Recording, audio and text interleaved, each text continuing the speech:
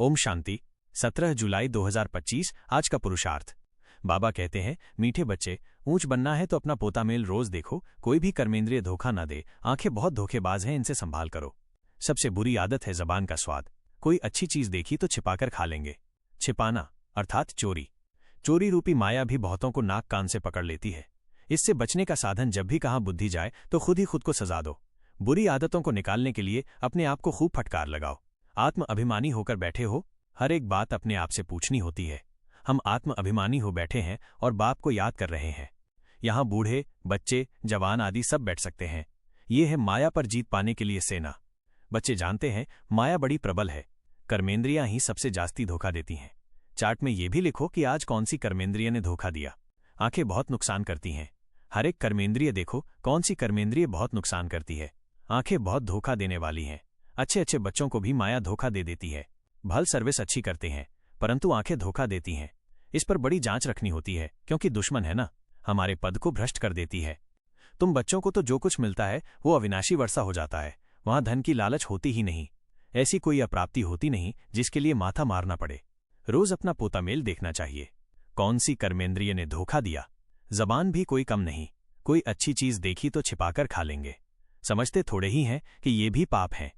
चोरी हुई ना, सो भी शिव बाबा के यज्ञ से चोरी करना बहुत खराब है। कख का चोर सो लख का चोर कहा जाता है।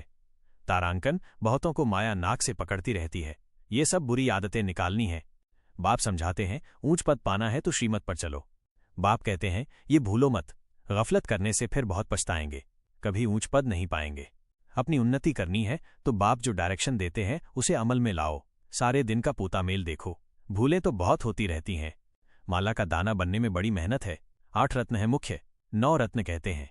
एक तो बाबा, बाकी हैं 8। बाबा की निशानी तो चाहिए ना बीच में। कोई ग्रहचारी आदि आती है तो 9 रत्न की अंगूठी आदि पहनाते हैं। इतने ढेर पुरुषार्थ करने वालों से 8 निकलते हैं पास विद ऑनर्स। बाप राय देते हैं, बच्चे, जो समय मिले उसमें पुरुषार्थ कर मेकअप कर लो। बाप की याद में रहे विकर्म विनाश करो तो पीछे आते भी आगे जा सकते हो। जैसे ट्रेन लेट होती है तो मेकअप कर लेते हैं ना, तुमको भी यहां समय मिलता है तो मेकअप कर लो।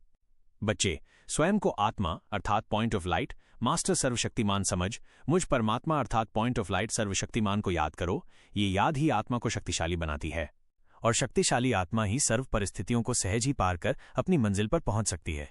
बस बच्चे, स्वयं को इस पुरुषार्थ में बिजी रखो।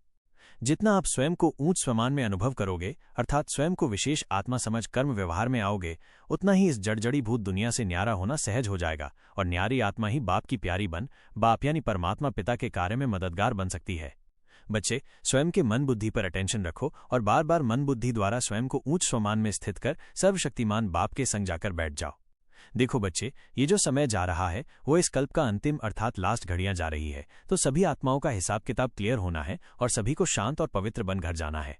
परंतु उनसे पहले आपको अपना हिसाब किताब क्लियर कर अपने अनादि स्वरूप में स्थित हो बाप के संग बैठ विश्व कल्याण का कार्य करना है। इसलिए आपको अपनी कमी कमजोरी हिसाब किताब सबको बिंदी लगा अर्थात मन बुद्धि द्वारा हर चीज से साक्षी हो स्वयं को ऊंच स्वमान में स्थित करना है। यही अभ्यास आपको बाप की मदद का पात्र बनाएगा अर्थात बाप की याद से शक्तिशाली बनने वाली आत्मा ही स्वयं का और विश्व का कल्याण कर सकती है। ओम शांति।